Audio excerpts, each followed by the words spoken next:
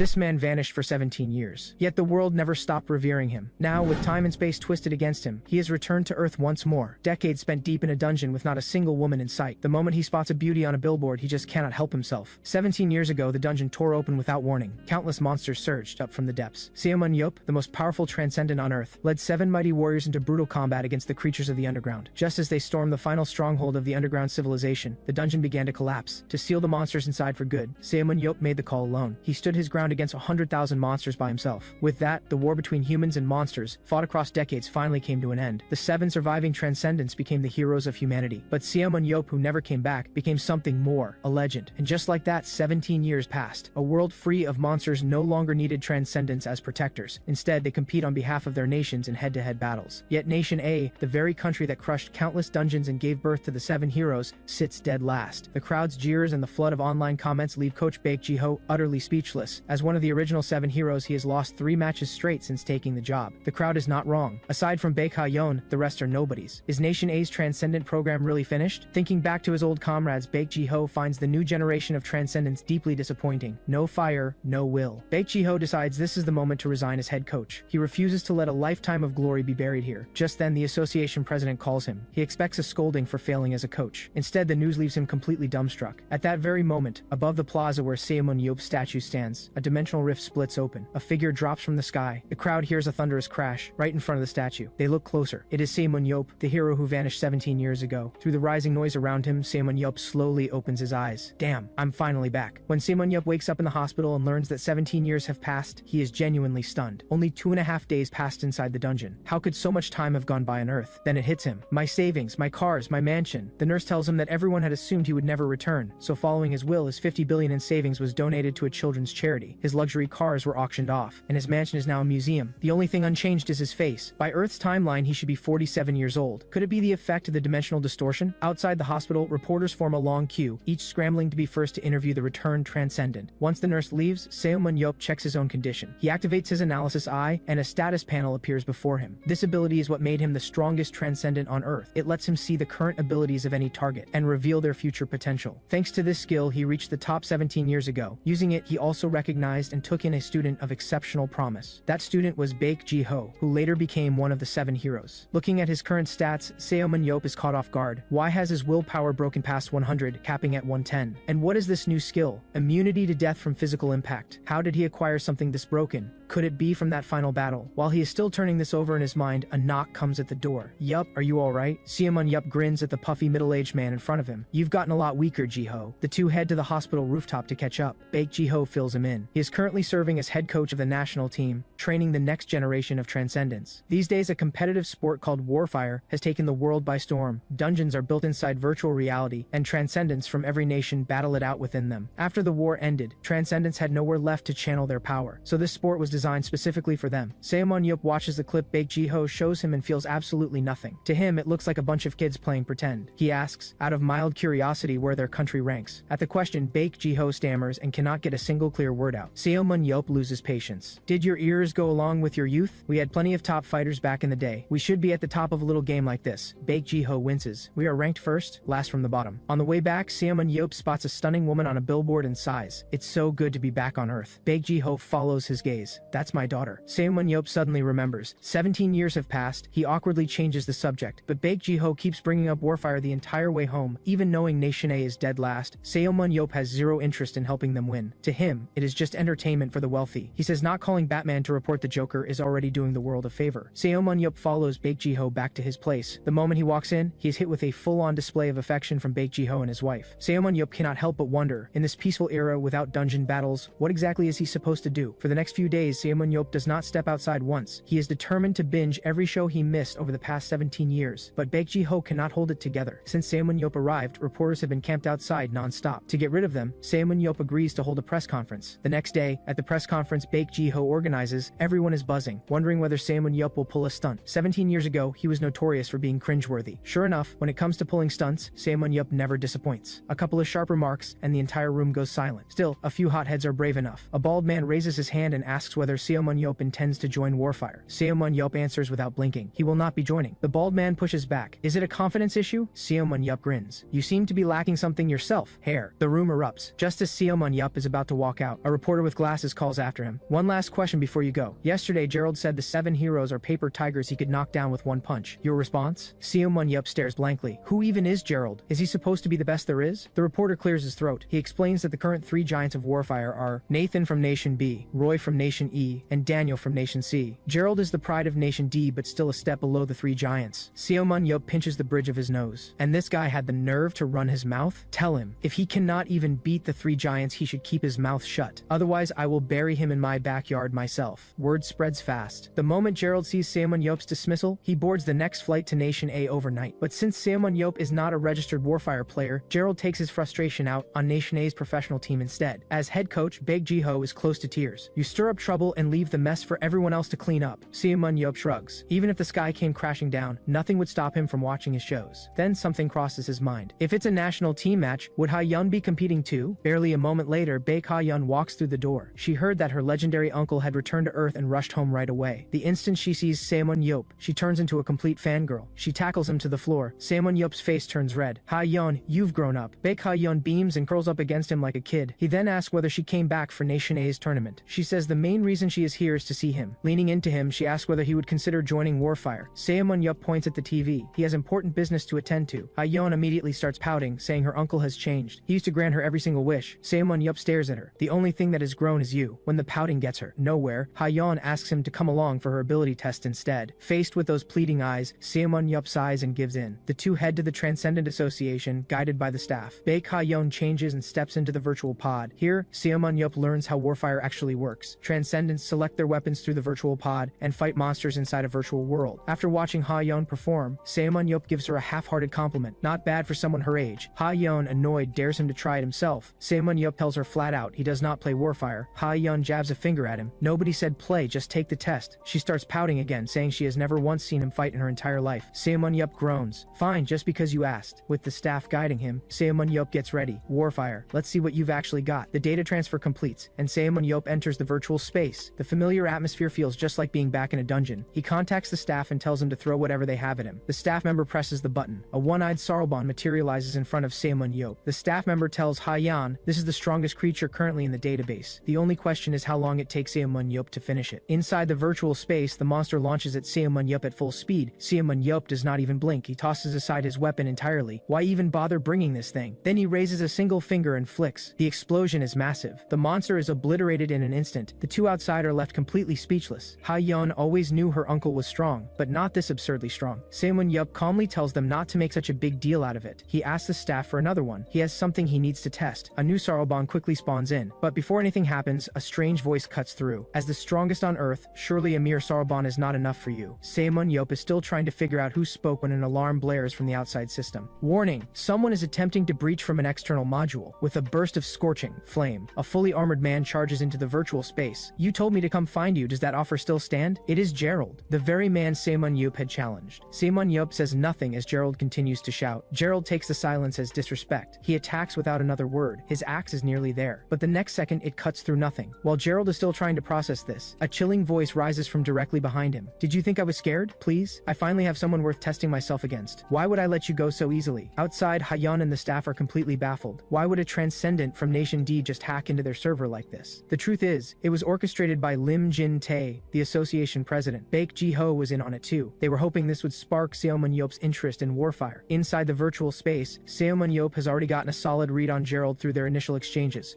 But for a clearer picture, Seo Mun-yeop activates his analysis eye. He sees that aside from speed, all of Gerald's other stats sit above 80%. His strength and endurance have both hit the cap of 100. The man was practically built to be a tank. Seo Mun-yeop cannot help but think, if he had met this guy 17 years ago, he might have brought him to that final dungeon. Thinking of the new ability he gained back at the hospital, he had been planning to test it on a monster. But now this guy showed up, why not use him instead? With that settled, Seo Mun-yeop grabs his weapon and charges. Gerald scoffs. That technique? I could read it in my sleep. He swings the axe down, then freezes. Why did he not move? That makes no sense. Seo Mun-yeop stares back with a dangerous smile. Let me show you what being completely outclassed actually looks like. The axe lands. Seo Mun-yeop is slammed into the ground. Outside, Ha-yeon and the others gasp. They have no idea if Seo Mun-yeop is pulling another stunt. Gerald is just as confused. Why did he not dodge? It was as if he wanted to get hit. Then, in a lazy, unhurried tone, Seo Mun-yeop speaks, and a bolt of lightning tears through the air. Gerald stares in shock, but before he can make sense of it, Seo Mun-yeop steps out of the smoke completely unharmed. This is the new skill Seo Mun-yeop gained upon returning to Earth, Undying. It grants full immunity to physical damage and rapid wound recovery. Seo Mun-yeop grins at the dumbfounded Gerald. Impressive, right? Gerald completely loses his composure. How is anyone supposed to fight this? But having tested the skill, Seo Mun-yeop asked the staff to disable it. He finally found a decent sparring partner. He is not about to scare him off. Once Undying is disabled, Seo Mun-yeop turns back to Gerald. I did not want you making excuses after losing. Now fight me properly. Gerald tosses him a weapon from the ground. You are just as arrogant as the rumors say. Wrong. The rumors are false. I am far better than anything they say. That said, you cannot even beat the three giants, and you come here to challenge me? That takes a special kind of nerve. Gerald's temper snaps on the spot. He launches himself at Seo Mun-yeop at full speed. Seo Mun-yeop blocks the charge without even breaking a sweat. Then he blinks out of existence. While Gerald is still looking around in confusion, Seo Mun-yeop's mocking voice comes from right behind him. A sudden reverse thrust drives straight at Gerald's face. Gerald's instincts fire. He drops back fast, putting distance between them. But Seo Mun-yeop looks like he has already had his fun. He channels all his power into his spear. He hurls it. The spear tears through the air with a sonic boom. Gerald raises his shield, but still gets launched off his feet. Seo Mun-yeop looks down at Gerald on one knee. He smiles with complete confidence. It is over. I have already won. Gerald immediately protests. The spear missed, he says. Seo Mun-yeop scoffs. I aimed wide on purpose. I went easy on you. Stop making excuses. Either way, you will never beat me with a shield that size. Gerald stares at him, puzzled. Seo Mun-yeop starts coaching him on the spot. Do not rely on your size. Switch to a smaller shield, and you open up your field of vision. Given your agility and control, that setup suits you far better. Gerald eyes him with suspicion. Are you seriously trying to trick me? Are you kidding? Even if I taught you everything I know, you still would not beat me. Listening to the exchange from outside, Baek Ji-ho grinds his teeth. Seo Mun-yeop always has to pull something wild. Gerald was already a nightmare to deal with. Now he is making it worse. Having finished his impromptu lesson, Seo Mun-yeop turns to leave. On his way out, he tells Gerald to remember to pay his tuition. Gerald says that is no problem, but Seo Mun-yeop must fight him at the A-class tournament in 2 weeks. Seo Mun-yeop is not pleased. I told you I'm not competing. Fine, keep your tuition. Gerald grabs onto him. Just say the word and I will pay whatever you ask. I will give you myself if I have to. Outside, everyone watching the screen has the same pained expression. Then something clicks for Lim Jin-tae. A brilliantly bad idea takes shape in his head.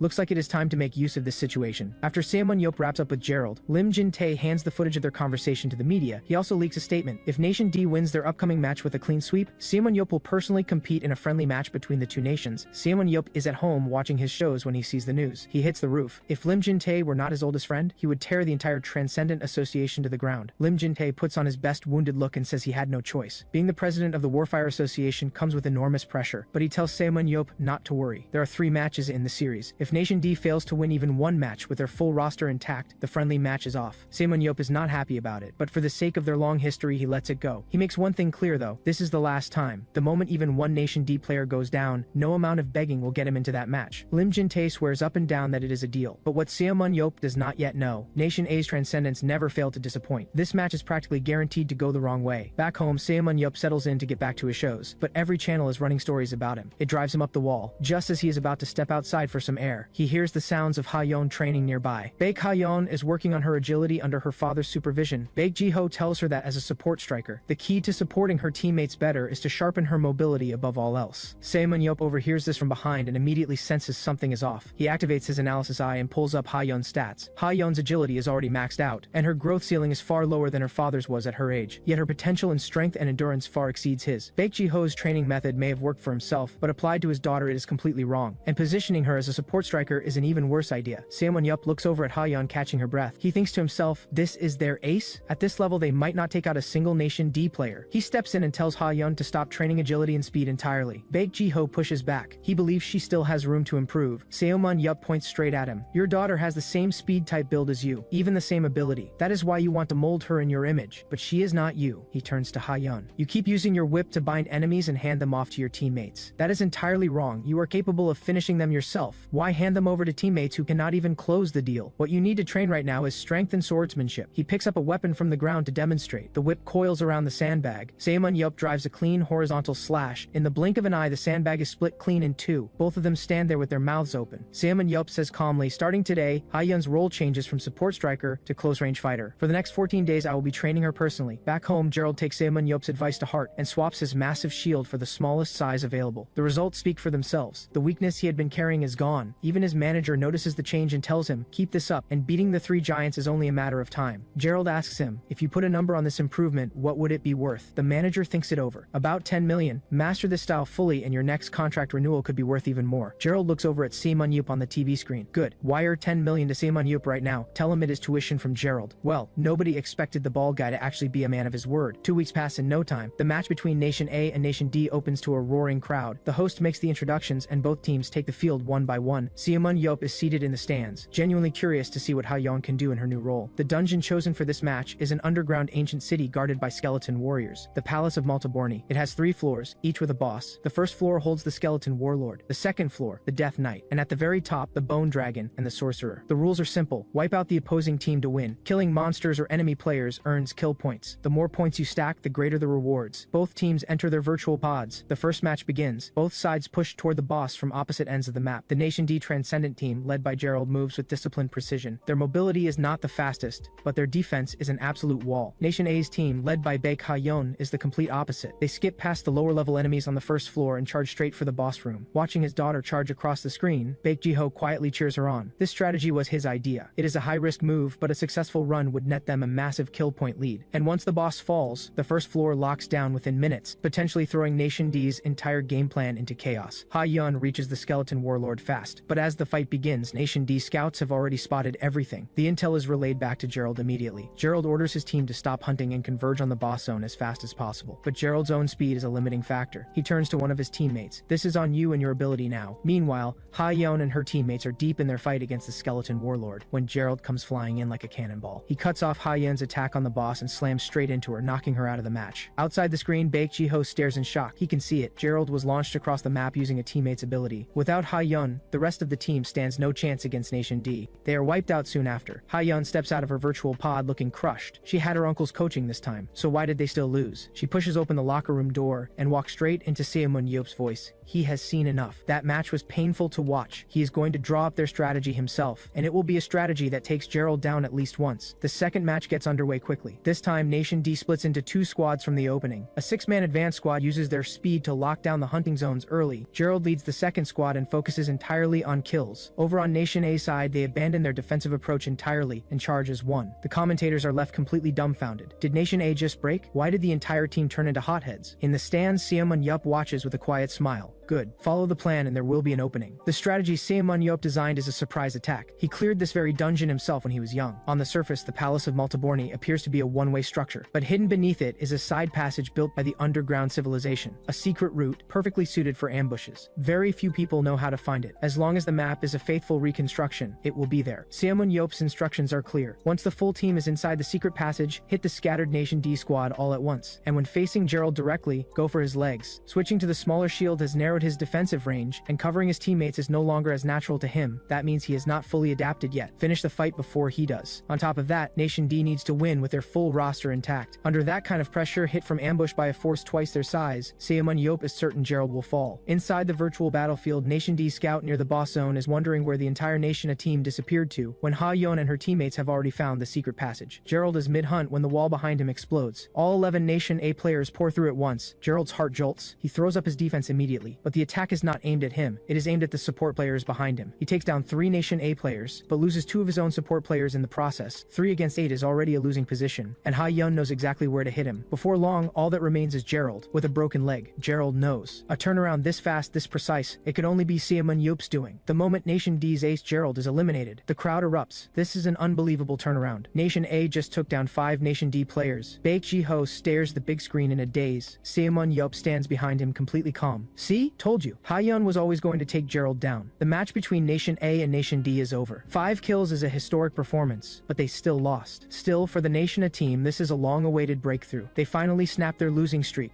and every bit of it came from Manhwa's guidance before the match. The match footage hits 10 million views in under 5 minutes of being posted online. Lim Jin-tae tracks down Manhwa and asks whether he has any interest in putting his abilities to real use. Manhwa gives him a look. I won our bet, don't bother me. Lim Jin-tae laughs nervously. He explains that in just just a few days, the Warfire Professional League is set to begin. Before the opening ceremony, he wants to gather notable players for a charity match. He hopes Seomun-yup will take part. As soon as the words are out, Lim Jin-tae expects a flat refusal. He knows Seomun-yup well enough. If he does not want to do something, nothing in the world will make him. But Seomun-yup says he will think about it. Lim Jin-tae nearly loses his mind with excitement. He grabs Seomun-yup by the head and tries to pull him into a hug. Seomun-yup pulls back, irritated. "I said I would think about it, not that I would join." Lim Jin-tae says he just could not contain himself. Seeing that wide, glowing smile, Seomun-yup cannot help but wonder just how genuine this charity match really is. Lim Jin-tae's conscience flares up instantly, but he straightens his back and insists he never lied. Seomun-yup makes it clear his participation comes with conditions. The scene shifts to the house. There stands Baek Ji-ho in the training yard, his face heavy with worry. That's right, Seomun-yup's condition is that Baek Ji-ho must compete too. Baek Ji-ho is not happy about it. "I'm 48 years old and I haven't touched a weapon in 17 years. I'll make a complete fool of myself out there." Seomun-yup just smiles. He promises to train him back into shape, to help him rediscover who he used to be. As he says it, he activates his analysis eye and scans Baek Ji-ho's stats. After 17 years without combat, every single attribute is dropped. Seomun-yup grins. "Didn't realize you'd gotten this weak. We start hell training tomorrow." Meanwhile, Lim Jin-tae sits by the window, turning Seomun-yup's words over in his mind. Beyond bringing Baek Ji-ho in, Seomun-yup also demanded that Baek Ha-yeon be his partner. But regardless, the 7 heroes reuniting, even partially, is the kind of headline that pulls in sponsors. With that thought, Lim Jin-tae picks up the phone. "It's me. I need a favor." With 7 days left until the charity match, Baek Ji-ho brings Seomun-yup to the Warfire Association. Before the match, Seomun-yup needs to complete an avatar assessment. This will calibrate his in-game stats to match his real-world capabilities.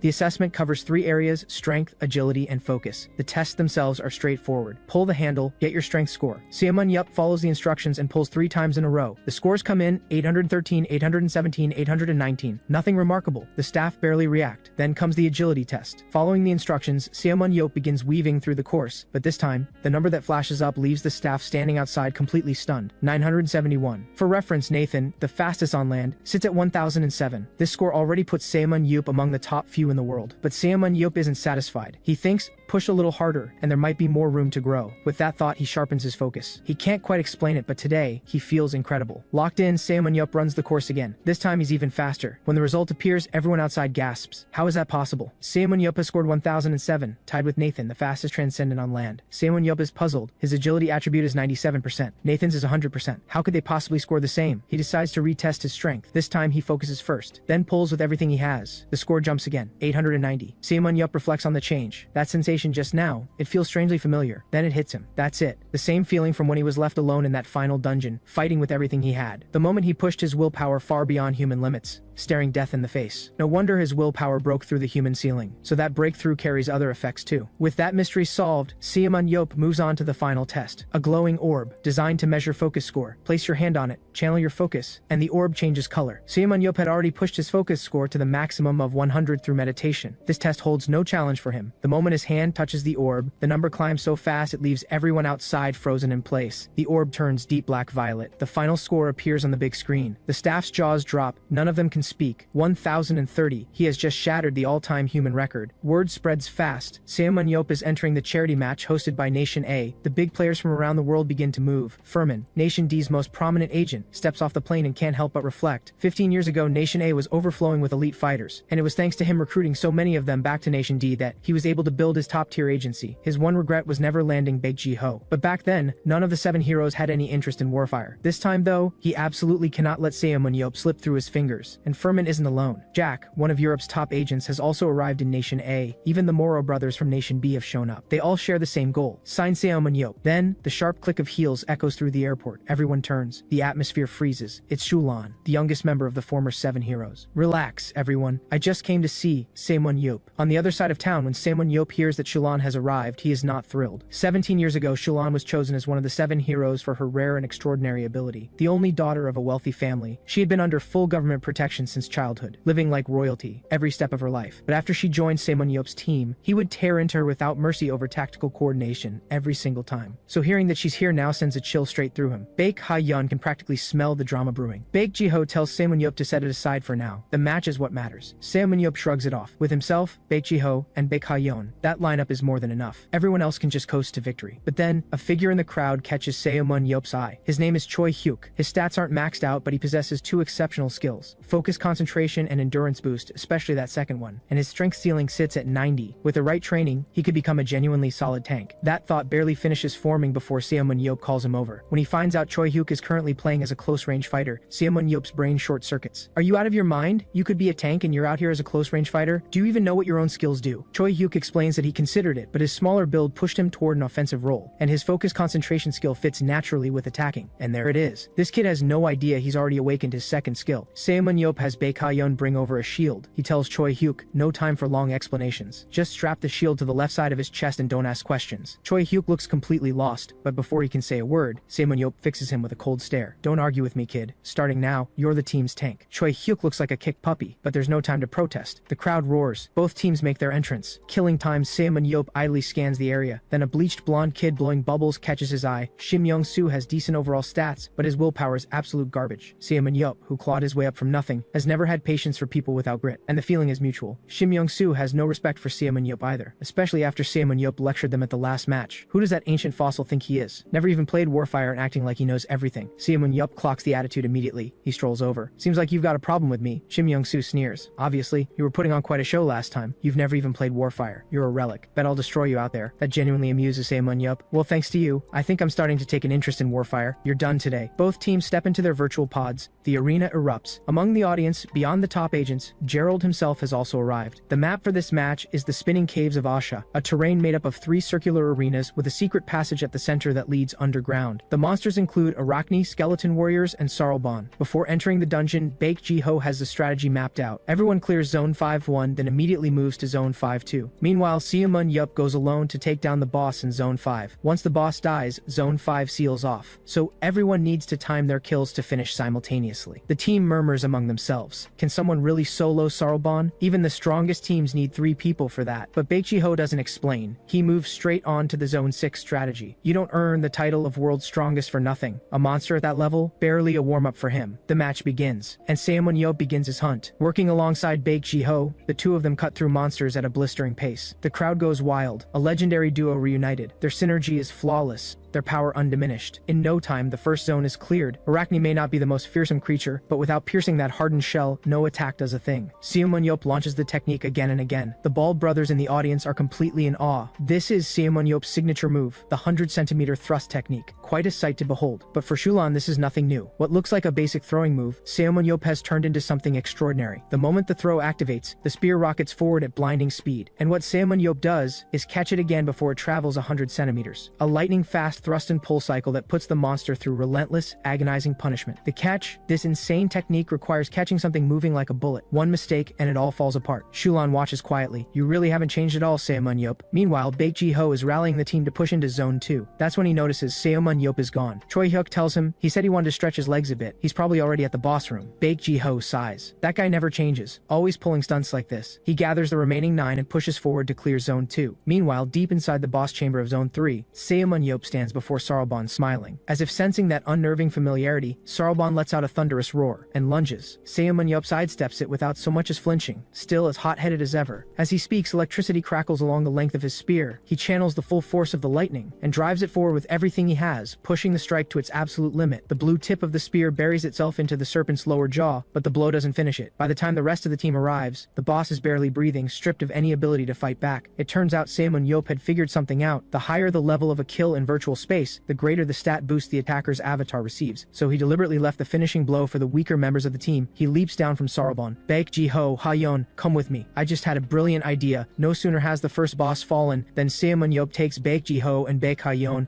and goes hunting for those little punks who mouthed off before the match. At that moment, Shim Young-soo is busy hunting monsters with his squad. Without warning, a streak of light grazes right past his face. The attack cuts across Shim Young-soo's cheek. He freezes. His first instinct, ambush. At the same time, the other squad on their side is cut off. The ones blocking their path, Choi Hyuk's unit. Before splitting up, Seomun had given Choi Hyuk clear instructions. If you run into the opposing squad, stay calm, just hold them with everything you've got. He and Baek Ji-ho would be there soon. Meanwhile, Seomun is about to launch Baek Ji-ho like a projectile. Whatever you do, don't die out there. You'll never live it down. He hurls Baek Ji-ho forward, and in the same motion, launches his spear. Shim Young-soo, assumes it's all aimed at him. He scrambles to get his teammates around him, but the moment Baek Ji-ho closes in, he activates instant dash and appears right behind him. Before Shim Young-soo can even react, their tank is already dead. The entire squad turns to strike back at Baek Ji-ho when a whip drops from above and wraps around him. It's Baek Ha-yeon. She braces both arms and pulls with full force, and Baek Ji-ho shoots through the air back toward Seomun-yup's position. The instant she lands, she triggers her own instant dash. The entire sequence takes under 2.5 seconds. Seomun-yup grins at the stunned squad in front of him. Your tank is down. Time to wrap this up. Meanwhile, the crowd outside is going absolutely wild. Bait the enemy, eliminate the core, then wipe out the rest. This is what the world's strongest looks like. The commentators are completely speechless, and Shim Young-soo finally understands what a real gap in skill looks like. Beat down again and again, he's practically begging for mercy. On the other side, Choi Hyuk has taken his new role as front tank, exactly as Seomun-yup ordered. It's his first time in this position, and the power he unleashes shocks even himself. But the other side is the national team. Choi Hyuk is starting to buckle, and then, right at that critical moment, a flash of light tears through the air. One of the little punks is instantly wiped out. Seomun-yup strolls in, all smiles. Leave the rest to us. Clean finish. Then on to the next round. In the first match, Seomun-yup had handed most of the glory to Baek Ji-ho, but in this second match, he's going to show everyone exactly what the world's strongest is capable of. As the match begins, Baek Ji-ho starts assigning roles to the team. Seomun-yup cuts him off, calm and flat. I'm going solo this round, handle things yourself. Baek Ji-ho frowns. The teamwork in the first match was great, why change it? Because this time, I'm getting serious. Baek Ji-ho watches him sprint off, and his expression darkens. That guy better not cause a disaster. By then, Seomun-yup has already run into the first wave, undead soldiers. They charge at him with full aggression, but his speed doesn't drop for a single moment. He weaves through them, driving the 100-centimeter thrust technique over and over, and the layout of this dungeon, he had it memorized long before the match started. Using the terrain, he tracks down the opposing team in no time. The moment they see him, the little punks go pale. It hasn't even been 10 minutes. How is he already here? Seomun-yup surveys them with cold eyes. Last round was just a warm-up.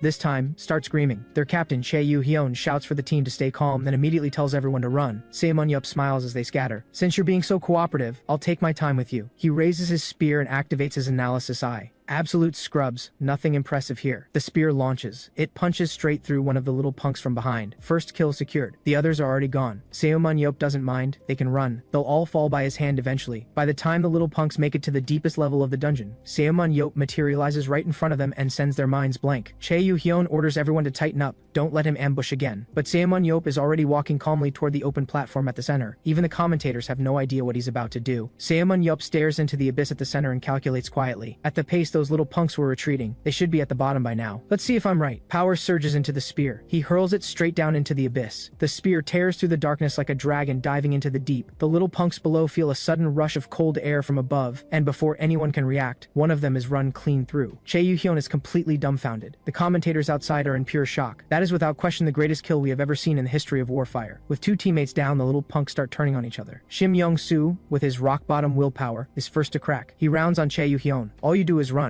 You don't know how to stand and fight. Chae Yu-hyun tells him to calm down. They're already short on numbers. Sending people to hold off Seomun-yup risks getting surrounded. Shim Young-soo is furious. Just hit him with an explosion, ball, and be done with it. Chae Yu-hyun tells him to conserve his focus. Shim Young-soo has had enough. He ignores his captain and fires an explosion ball straight at Seomun-yup's position. The blast tears through the air. Shim Young-soo smirks. I knew you were hiding back there. Nothing left of you now. But as those words leave his mouth, Seomun-yup walks out of the smoke completely unharmed. What an idiot. Couldn't you tell I let you find me on purpose? Before Shim Young-soo can respond, Seomun-yup leaps and vanishes. Shim Young-soo's composure is starting to crack. His prized ability deflected like it was nothing. In Major League play, barely anyone had ever blocked one of his explosion balls. That skill was the very reason he made it onto the national team, as the core striker. Chae Yu-hyun recognizes the threat. He splits the team into two groups to pin Seomun-yup down. Seomun-yup watches three of them peel off. He stares. Expressionless. Thought you might actually come up with something. This is even more disappointing than I expected. He leaps into the middle of them. Playtime is over. Every strike of the spear takes one of them out. 5 kills. The audience is stunned into silence. A solo 5-kill streak in the opening minutes. So this is what the world's strongest truly looks like. Shulan stares at the screen motionless. He really came back. Baek Ji-ho hears the news and immediately tries to reach Seomun-yup. What's going on over there? We're coming to link up with you. Seomun-yup grins. Don't bother. It'll be over before you get here. Time for the real slaughter. He moves. In an instant, he stands before the remaining 6. They look at him, a god of death closing in, and panic sets in. Chae Yu-hyun orders them to pair up and surround him. But a pack of sheep is no match for a lone wolf. All he needs is one spear. Seomun-yup steamrolls through them with overwhelming force. Shim Young-soo is frozen in disbelief. What kind of monster did they provoke? He watches Seomun-yeop advance toward him step by step, and despair sets in completely. What awaits him is a beating with no end. They emerge from their virtual pods. The host rushes straight to Seomun-yeop. She asks if he has any advice for the national team. Seomun-yeop scratches his head. He genuinely can't think of any. If I had to say something, just tear it all down and start over. The host follows up. Has he ever considered becoming a coach? Seomun-yeop smiles. Depends on how serious the offer is. On the way back, Baek Ji-ho asks if he's serious about coaching. Seomun-yeop says if the price is right, he'd consider it, but he also tells Baek Ji-ho to step down as head coach. Flat out, he's not cut out for teaching. Baek Ji-ho takes that hard. He had spent 11 years alongside Seomun-yeop. He thought he'd grown into someone who could hold his own, not this. And Emre Kasa, another of the 7 heroes, had become a world-class head coach. By comparison, this feels like complete failure. He asks if Seomun-yeop would take on the role of technical coach instead. Same answer, right price, anything is possible. But for old time's sake, he'll throw in a few tips for free. First, bring Choi Hyuk onto the national team as a tank. Second, use Liu Bihu as a trump card for one-shot kills. That acceleration skill of his has its uses. Third, move Chae Yu-hyun from front tank to support tank in the back line. And last, cut the vice chairman's son, Shim Yong-soo. Baek Ji-ho pushes back, not because he's worried about the vice chairman, but because Shim Yong-soo's stats are genuinely among the best on the national team. Seomun-yeop scoffs. What's the point of raw ability if your willpower is that of a child? A person like that is poison to the whole team, unless you can build his willpower up from scratch. Talking as they go, the two arrive at Hotel Henrik's. A banquet follows the charity match, and Seomun-yeop, as the star of the show, has to make an appearance. The room is also full of top agents from across the world. The moment Seomun-yeop arrives, Jack is the first to approach. After a brief exchange, Jack hands over his card. Jack has barely stepped away when the Bald brothers push through. Seomun-yeop knows them. They used to run underground arms dealing tied to dungeon operations. Baek Ha-yeon leans in quietly. They're out of that business now. They own a warfire club. Nathan, one of the 3 giants, is on their roster. That clicks everything into place for Seomun-yeop. He asks them straight, are they here to recruit him? The Bald brothers smile, genuine enough. Landing the world's #1 would be incredible, of course, but we'd never pressure anyone into something they don't want. Right now, it's Baek Ha-yeon we're interested in. We want her on our roster. Seomun-yeop laughs. You've got good taste, I'll give you that. But are you sure this isn't just your way of getting to me? They insist, absolutely not. They made the decision after watching Baek Ha-yeon's match, full stop. Of course, if you wanted to join too, we wouldn't complain. Seomun-yeop stares at them. Your agenda is written all over your faces. Still, if Baek Ha-yeon joined their club, she'd have real room to grow. He sends the Ball brothers off thinking that's the last of it for tonight. Just as he and Baek Ha-yeon are about to slip away for a card game, a voice stops him again. Seomun-yeop exhales sharply. Are you serious right now? Apologies for the interruption. My name is Yang Min-yang, government secretary. Are you familiar with the transcendent merit system? Seomun-yeop blinks. Isn't that just a pipe dream?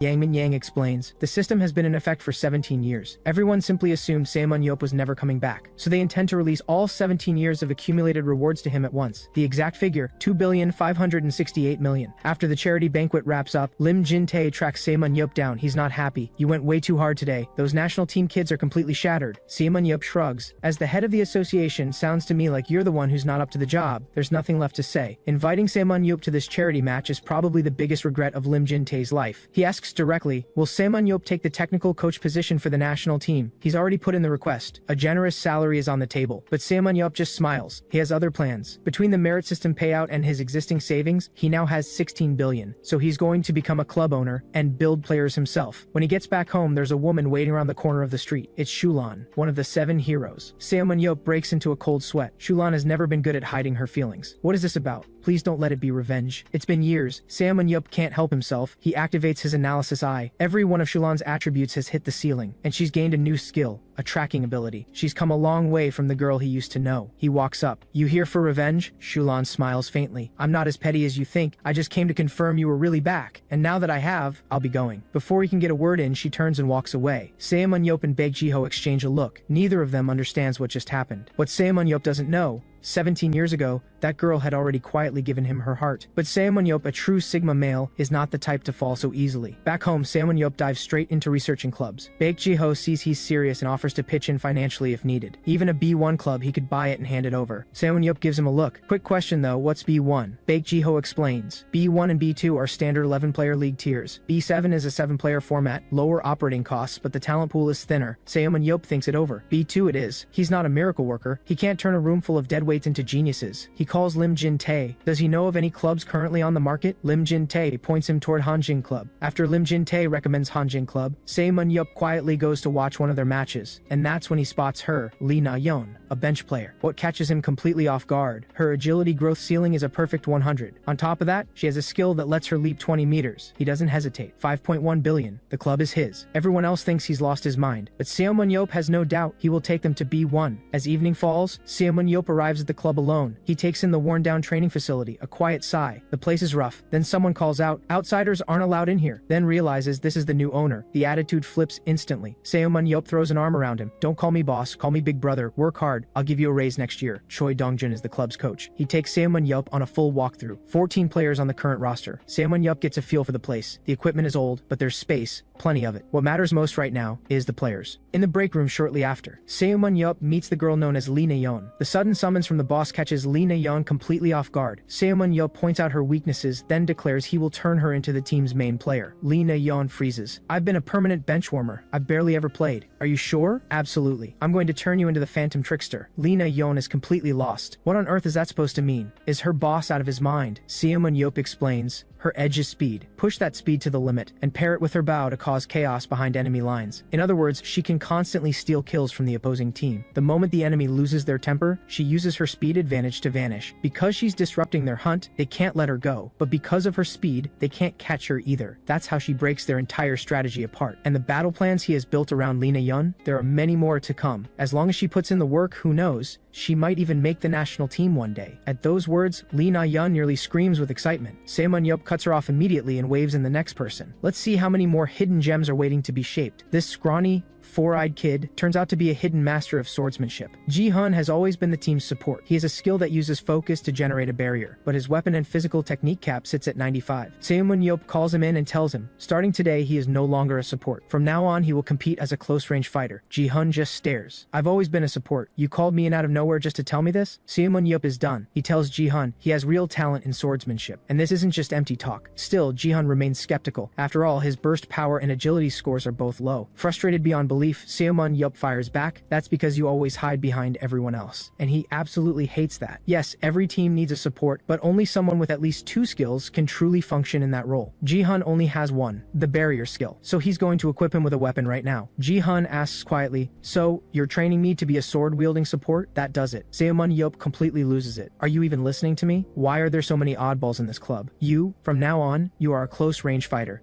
End of discussion. If you're still dreaming about being a support, go ahead and wait to get fired. So, do you want to change your fate, or are you going to keep drifting along? Ji-hun hesitates for just a moment, then grabs Seo Man-yeop's hand. "I'll work hard to become a proper close-range fighter." After the meeting, Seo Man-yeop tells Choi Dong-jun to find Ji-hun a sword instructor and to start building the whole team's endurance. Choi Dong-jun stares blankly. "Will this actually work?" "Relax, I'm the world's strongest." Back home, Seo Man-yeop is deep in thought. He doesn't even bother watching the shows he normally loves. Baek Ji-ho notices and asks with concern, "Is it the club? He heard there are only 14 players. Shouldn't he recruit more?" That snaps Seo Man-yeop upright. He glances at the mob of paparazzi camped outside the door, and a bold idea hits him. He does need more players. And right here, there just happens to be free advertising. Without another thought, he leaps out of the building. "Friends of the press, you work so hard just to make a living. I'll answer every single one of your questions, but first, one condition. Get the word out right now that I'm recruiting." Once Seo Man-yeop spreads the word through the media, applications pour in by the thousands. But after going through the resumes, it's a parade of rejects. Seo Man-yeop is about to explode. Still, he sifts through them patiently. Then one resume stops him cold. A delivery worker. Stats as average as it gets, yet he carries 2 skills, item transfer and vision transfer. At the interview, Seo Man-yeop meets the delivery worker, Jo Sung-ho. Choi Dong-jun stares at the resume in disbelief. How did someone with stats like this even make it past the screening? He's about to ask if there's been a mistake when Seo Man-yeop quietly activates his analysis eye, and what he finds stops him in his tracks. This guy has 3 awakened skills, and one of them is forward transfer. That ability is not only rare, its tactical value is enormous. And yet he didn't list it on his resume. He probably doesn't even know he has it. Seo Man-yeop turns to Choi Dong-jun. "Is he the same age as Lee Na-yeon?" Choi Dong-jun blinks. "Yeah, but what does that have to do with anything?" Seo Man-yeop ignores him, fixing a sly grin on Jo Sung-ho. Fate really does work in mysterious ways. "Jo Sung-ho, your resume shows nothing but delivery work, so why are you applying to be a warfire player? And honestly, your stats don't exactly scream player material." Jo Sung-ho clenches his fists and answers without hesitation. "I know my stats are poor, but becoming a warfire player has been my dream for as long as I can remember. Others might call it wishful thinking, but I mean it this time." Seo Man-yeop is thoroughly satisfied. He asks, "How has Jo Sung-ho been performing long-distance item transfers?" Jo Sung-ho explains, "When the distance is too great, he uses focus to sense the general location." Seo Man-yeop lights up. "That ability can be used for scouting too. Turns out you're more useful than I thought. They say every great phantom trickster needs an outstanding scout behind them. Jo Sung-ho, you're in. And you and Lee Na-yeon are going to be the perfect duo. The two of you will be the core of the Hanjin Club going forward. Let's show our opponents exactly what the trickster strategy can do." 2.5 months later, Seo Man-yeop has finally shaped Lee Na-yeon, and Jo Sung-ho into the ultimate trickster duo. Now comes the match, where everything is put to the test. Following Saemun-yeop's battle plan, Lee Na-yeon uses her speed to harass the enemy without stopping. Every time the enemy moves in for a kill, she swoops in to mess it up. Meanwhile, Jo Sung-ho tucks himself into a safe spot, and keeps Lee Na-yeon stocked with arrows via item transfer. As for her safety, Ji-hun has her covered. The trickster strategy leaves the crowd completely speechless. Watching it play out on screen, Saemun-yeop laughs until he tears up. Baek Ji-ho's wife turns to Saemun-yeop with a look of disbelief. "This was your idea? Why don't you come help my husband too?" At that, Saemun-yeop can't hold back his frustration. He had suggested putting Choi Hyuk in his tank and dropping Shim Young-soo ages ago, but Baek Ji-ho just wouldn't listen. Just then, the commentator cuts in with a match update. Lee Na-yeon is completely surrounded. It looks like she's about to go down. Jo Sung-ho transfers a vision of the safe escape route to her. In a flash, Lee Na-yeon moves like a ribbon in the wind, leaping through enemy lines without pause. "I'm losing my mind. Someone catch that little trickster." The enemy is furious. Every single player drops their hunts and charges after Lee Na-yeon. In no time, she's cornered at the edge of a cliff. Nowhere left to run now. Lee Na-yeon just grins. "Oh, we'll see who's running." Before anyone can react, a massive rock materializes behind her. Her teammates, fully armed, are gripping onto it. The commentators are stunned. A floating island, used to deploy the entire squad in an instant. The enemy team, so busy chasing Lee Na-yeon that they never had time to build up, stands no chance against the fully developed Hanjin Club. Game 1, Saemun-yeop's team wins 9-0. Lee Na-yeon and Jo Sung-ho become the stars of the match. Amid the waves of cheering, Lee Na-yeon looks down and finds Saemun-yeop in the crowd. "See? I told you. I'd turn you into the best starter on the team." Saemun-yeop gives her a big thumbs up. His words hit like a shot of adrenaline. "Don't worry, I won't let you down." In the second round, the team runs the same strategy and takes another win. This tournament burns the name of YSM Club into everyone's memory. It's their first victory since the club was renamed. Lee Na-yeon and Jo Sung-ho take over every headline. Fans online go wild. Only a captain of the 7 heroes could lead a team of eternal underdogs to victory. A few days later, Baek Ji-ho tracks Saemun-yeop down. "Did you really pick those players yourself? Do you think they'd perform just as well in the national team?" Saemun-yeop gives him a look. "If you have the energy to ask that, spend it on getting Choi Hyuk. It's been this long. Why isn't he in the national team yet?" Baek Ji-ho sighs. "Choi Hyuk agreed to come play as tank, but his club's owner is strongly against it." "Then what's his transfer fee? If you can't handle it, let me sign him." A few more weeks pass. Saemun-yeop's team reels off 5 straight wins. Coach Choi Dong-jun is beside himself with excitement, but Saemun-yeop tells him not to celebrate too soon. Right now, the priority is building the team's endurance, and he hands Choi Dong-jun a target. By the end of the season, a 50% win rate. Choi Dong-jun turns to stone. The highest Hanjin Club ever reached was 31%. Choi Dong-jun figures it must be a joke, but team captain Ro Jong-hwan doesn't see it that way. 50%, once completely unthinkable for Hanjin Club, but he trusts that his boss doesn't say things without reason. He may carry a carefree devil-may-care attitude every day, but every decision he makes is the result of careful calculation. So now it's the player's turn to give something back. Then Saemun-yeop makes an announcement. If the team hits 50% this season, he will pour in more funding. The room erupts in applause. He steps out right after, but there's one thing he didn't tell them. Their current strategy isn't without a flaw. The moment an opponent locates the hidden Jo Sung-ho, the whole strategy collapses. More tactics require better resources. Sponsors have been coming in, but no one sponsors talent. Just as Saemun-yeop is wrestling with this problem, a message comes from Baek Ji-ho. "Go check out the youth league. Most of the top prospects have already signed, but there might still be some hidden gems left." Saemun-yeop's mood lifts instantly. "You better wait for me, kids." With the tip from Baek Ji-ho, he starts hunting for hidden gems, school by school. But when he arrives, reality hits hard. Even players averaging around 70 in stats have already been snatched up just as he's about to call it quits. A late student comes running in. Saemun-yeop assumes he's just another unremarkable prospect, but one casual glance nearly knocks him off his feet. Yoonbyum's stats are nothing special, but Shadow Walk, that skill was made for an assassin. Without the analysis eye, no one in the world would ever spot this kid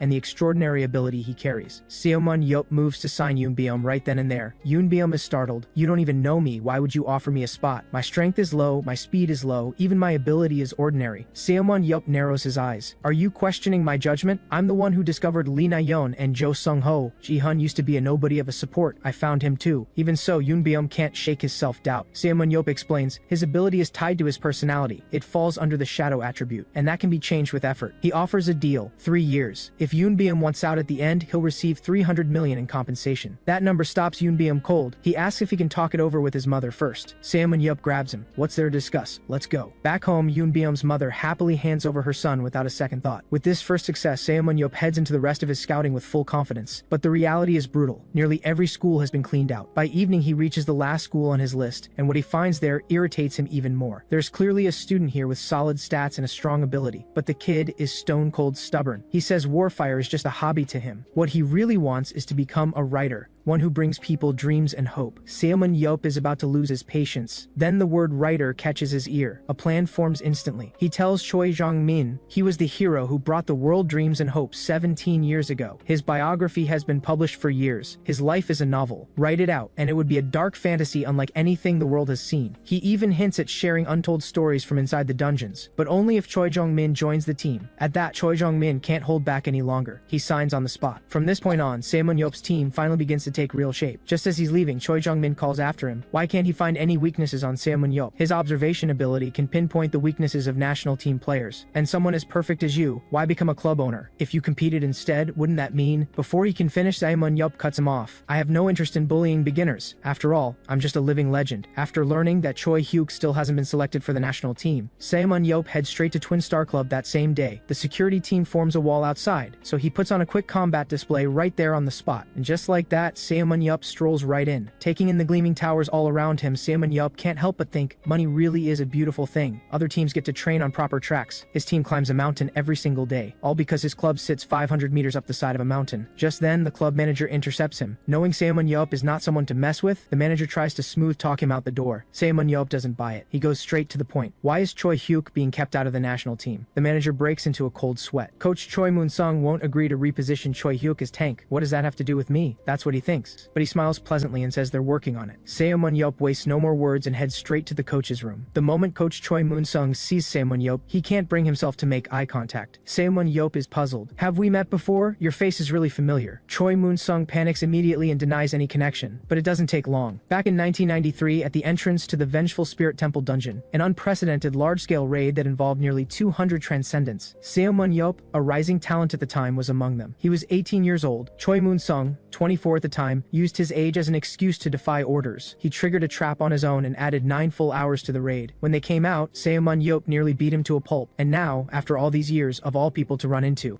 The moment he realizes SeoManhwa has recognized him, Choi Moon-sung gives up completely. All these years I even grew a beard, and you still recognize me. Surely that old mistake doesn't deserve another beating? SeoManhwa puts on his most innocent smile. Of course I'm not here about the past, but you've made a new mistake. Doesn't that one deserve a beating? And you're going to hand over Choi Hyuk, or I'll tell the press everything about what happened back then. Let them do a nice big story on the brilliant decisions of a Twin Star Club coach. Choi Moon-sung has nothing left to fight with, but when he names Choi Hyuk's transfer fee, SeoManhwa laughs. Your club is swimming in money, and you're asking this much from a humble little owner like me? Does that seem fair to you? I wonder what your life is worth by comparison. Choi Moon-sung panics. Right now, SeoManhwa looks like nothing short of a demon in his eyes. He barely gets out an offer to knock off 200 million. When SeoManhwa smiles and says, and then? After a round of very friendly negotiation, Choi Moon-sung hands over Choi Hyuk for 50 million. A few days later, Choi Hyuk arrives at YSM Club with his bags. SeoManhwa steps outside to welcome him in person. You're finally here, my tank. Looking at the man who changed his fate, Choi Hyuk's eyes are full of anticipation. He believes with everything he has that under this man's leadership, YSM Club will one day stand among the best in the world. But SeoManhwa is still wrestling with one problem. Despite the string of oddballs he's recruited, the total roster sits at just 18, not nearly enough for 11-on-11 scrimmages. Then he notices his niece Baek-ha-yeon studying the language of Country B. After asking around, he confirms it. She's joined the Bald Brothers Club in Country B. Baek-ha-yeon asks SeoManhwa to go with her. He's not particularly interested, but the agent mentions that the Bald Brothers have had a custom weapon made just for him, and since SeoManhwa is recruiting, heading to Country B might turn up something new. After all, the Warfire League allows up to 5 foreign players per team. That settles it. He heads to Country B without hesitation. Word gets out that SeoManhwa is coming too, and the Bald Brothers show up at the airport to meet him. They also bring along a wall of media cameras, all to generate buzz for their club. SeoManhwa stares blankly. They're treating him like a walking ATM. But the worst is still to come. Every piece of clothing he's given is plastered with the Bald Brothers logo. It feels like even the air he breathes is being sponsored by them. If it weren't for Baek-ha-yeon, he would tear this whole place apart. The Bald Brothers run a basic assessment on Baek-ha-yeon. The results satisfy both sides. The Bald Brothers offer to sign Baek-ha-yeon for 4 million on the spot. It's not much in SeoManhwa's eyes, but joining a club in Country B is a huge step forward for Baek-ha-yeon's future. SeoManhwa says nothing, just offers his congratulations. Then, without warning, an uninvited guest appears at the door. The moment SeoManhwa sees him, his eyes sharpen. It's Nathan, one of the 3 giants. SeoManhwa assumes he's here to start trouble, but Nathan is so polite it's almost awkward. SeoManhwa quietly activates his analysis eye to check Nathan's stats. Almost every stat is maxed out, and his clone skill fits perfectly with his overall ability profile. A transcendent built purely for combat. No wonder Gerald could never break into the 3 giants. The fans always knew. The truth is, Nathan desperately wants to fight SeoManhwa, but being their first meeting, he can't quite bring himself to say it. SeoManhwa notices Baek-ha-yeon staring a little too intently and quietly warns her not to get any ideas about a man like that. Baek-ha-yeon tells tells him to relax. She already has a type. Her mother leans in, curious. Baek Ha-yeon says she likes rugged men, and as she says it, she glances at Seomun-yeop with pure admiration. That look says everything. Her battle-hardened mother understands in an instant. Seomun-yeop, you shameless man. Even your own niece? The Bald brothers' other reason for inviting Seomun-yeop to Country B, a custom-made weapon just for him. It's a portable spear. Channel focus energy into it, and the spear shifts form, becoming a razor-sharp blade. It's the first time Seomun-yeop has seen technology like this, and he's genuinely impressed. The Bald brothers say they've made 5 of these for him, and with the dungeons gone, as long as he takes care of them, they'll last indefinitely. Accepting the gift, Seomun-yeop almost feels embarrassed, but the Bald brothers wave it off. The weapon isn't exclusive to him, but a spear used by Seomun-yeop, even a replica would sell like crazy. Unbelievable. You two are playing me. You want me as a free spokesperson? The Bald brothers tell him to calm down. It's not free. They'll pay $1.5 million per year in endorsement fees, and every time Seomun-yeop carries the spear in a match, they'll add another $3 million on top. For the money's sake, Seomun-yeop agrees, but he has no idea this is only the first step in the Bald brothers' scheme. He signs the contract in good spirits. Then the Bald brothers ask if he remembers Clause 2. The signee must not discard the weapon and must carry it at all times. Seomun-yeop stares blankly. Why would I throw it away? The Bald brothers explain. Since he's not a registered Warfire player, the weapon can't pass through customs. To avoid breaching the contract, he has to register as a professional player right here. Seomun-yeop looks completely trapped. He knew these two were up to something. Sensing the incoming explosion, the Bald brothers quickly explain. Joining the association comes with no obligations or restrictions whatsoever. If anything, it only opens up more options. He can step onto the field whenever he chooses. Seomun-yeop lets out a long, helpless breath. It doesn't really change much, but getting played by these two is deeply, deeply irritating. When she hears the news, Baek Ha-yeon claps with delight. Congratulations, you landed a sponsorship deal and registered as an official professional player. I do hope you'll join our team though, then we could fight side by side. Just then, Nathan walks over. I heard you got a new weapon. Feel like putting it to the test? There's a practice match tomorrow morning. It'd be pretty interesting if you showed up. Taking in Nathan's barely contained competitive fire, Seomun-yeop grins. You really don't hide that fighting spirit at all, do you? Alright then, see you on the field tomorrow. The next day, Seomun-yeop arrives at the training facility with Baek Ha-yeon. As the world's strongest, his arrival instantly draws a crowd. Suddenly, a massive figure steps in front of him. Seomun-yeop assumes trouble is coming, but the next second, the man is grinning from ear to ear asking for an autograph. Kichi Lucasta, one of the club's core players and apparently a huge fan. With the autograph in hand, Kichi beams like a kid on his birthday. He also promises to look after Baek Ha-yeon going forward. Eyeing this mountain of a man, Seomun-yeop casually activates his analysis eye. Every stat except focus clears 90, and he carries 3 separate abilities. Nathan may be the team's ace, but this man is irreplaceable in his own right. Stack him up against Nathan or Gerald. He holds his own without question. Seomun-yeop stares at the third ability, puzzled. How does someone end up with something like that? Does this guy just really love nature? Nathan walks over and fills him in. Kichi is remarkable beyond the field. Outside of competing, he runs a charity dedicated to protecting the world's forests. Noticing Nathan's wide smile, Seomun-yeop asks what he's so happy about. Nathan looks almost shy. Because my dream is about to come true. For the new generation of transcendence. Seomun-yeop is their idol, and the wall every one of them burns to surpass. 17 years ago, the world assumed Seomun-yeop was gone for good. The transcendents who once followed him had long since stepped away from the fight, but the debate over who truly was the world's strongest transcendent never stopped. Nathan was the name brought up most often, second only to Seomun-yeop himself, but deep down there was always one thing he regretted, never getting to fight the man known as the world's strongest. Now that dream is almost within reach, and Nathan can barely contain his excitement. Just then, Coach Coben arrives at the training ground. After a brief introduction, he announces that today's session will be different. Seomun-yeop and Nathan will each lead a team in a full combat match. As for how teams are selected, they'll settle it with rock, paper, scissors. The rosters are filled out quickly. Both teams are then transported into a virtual space. What surprises Seomun-yeop? It's just a straightforward arena. None of the layered complexity of a dungeon. So they want a direct head-on clash between Nathan and himself. That suits Seomun-yeop just fine. The only question left, between a legend of the old era and a rising star of the new, who truly stands on top? Even though this is a team match, everyone instinctively clears the space around the two of them. Nathan opens first, using his superior speed. His twin blades slash toward Seomun-yeop in a relentless storm. But Seomun-yeop is a legend of a different era. His unified spear and shield flows without a gap. Shield blocking, spear thrusting, seamless and total. Every blade that seemed unstoppable is turned aside. They separate briefly, then Nathan charges in again. He knows that at range, twin blades are at a disadvantage. The only way is to keep pressing close and force Seomun-yeop to react. But no matter how sharp his swordsmanship, Seomun-yeop remains completely composed. Even the openings Nathan thinks he's spotted are nothing more than traps left on purpose. After 300 exchanges, Seomun-yeop finally gets serious. The solid spear drives forward again and again with crushing force. If not for his superior speed, Nathan would have no chance of avoiding those devastating strikes. And what stuns him even more, ManhwaCapped's unified spear and shield moves like flowing water. Aim for the spear and you get hit by the shield. Aim for the shield and you get pierced by the spear. And there's no breaking out of his attack range. He always holds the exact distance that makes a counterattack nearly impossible. This is the man who earned the title of the world's strongest. Not a single crack to be found. Nathan steadies himself. There's only one option left, a flash of light, and two Nathans stand side by side, his clone skill finally unleashed.